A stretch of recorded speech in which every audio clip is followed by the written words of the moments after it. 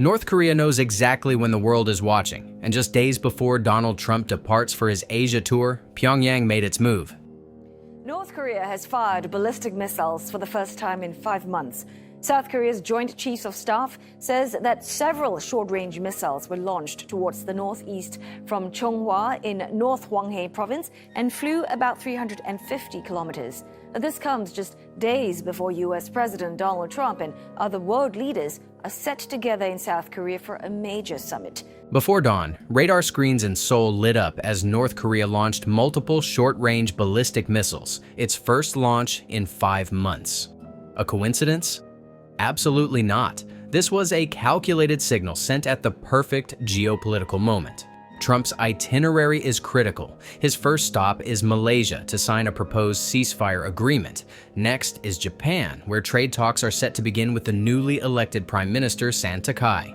The final leg is South Korea, host of the upcoming APEC summit, a gathering of 21 Asia-Pacific economies representing half the world's GDP. And while North Korea is not on the guest list, Kim Jong-un has ensured his presence will be impossible to ignore. This is not a random test, it's a performance, a strategic message carefully calibrated to dominate the headlines and shape the diplomatic atmosphere before the first handshakes even occur.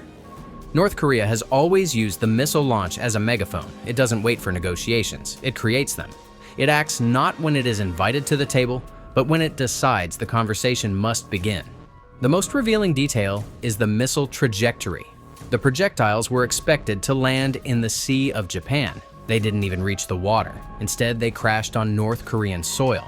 On the surface, this looks like a failed test, but strategically, it is brilliant. By keeping the missiles within its own territory, North Korea avoids triggering international condemnation or emergency UN sessions. No debris fell in South Korean or Japanese territory.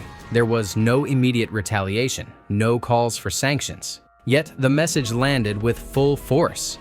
Kim Jong-un didn't need escalation, he needed attention. And he now has it. This pattern is nothing new. In May of this year, just before South Korea's new president took office, North Korea tested missiles. In previous years, launches coincided with summits, elections, or major diplomatic visits. It's a pattern of political signaling, missile diplomacy, not to start war, but to shape the stage on which everyone else performs.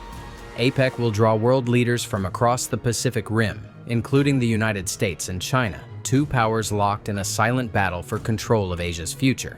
Kim Jong-un has effectively inserted himself into that competition. He doesn't need a seat at the summit. He has already taken the spotlight. There is another question now circulating quietly in diplomatic circles. Will this lead to a Trump-Kim meeting? During Trump's first term, the two leaders met 3 times, including a historic step across the demilitarized zone, the first time any U.S. president entered North Korean territory. Those meetings produced headlines, handshakes, and photo ops, but no real disarmament. Reports suggest Trump may be open to another meeting. But analysts say Kim has already achieved what he wants: visibility, leverage, and relevance, without conceding anything. And that is the crux of North Korea's strategy. Kim does not need an agreement to be seen as a central player in regional security. He only needs to remind the world that whenever world leaders travel to Asia, they do so under the shadow of Pyongyang's missile launches. As Trump begins his tour, the message is clear. The APEC summit has not started, but the opening act has already been claimed. While diplomats prepare their talking points and leaders finalize their speeches, Kim Jong-un has already delivered his, not in words, but in missiles. No matter who sits at the summit table, North Korea has made sure that every conversation will begin with one question: what is Kim's next move? And if this breakdown helped you, don't forget to like, subscribe, and hit the bell.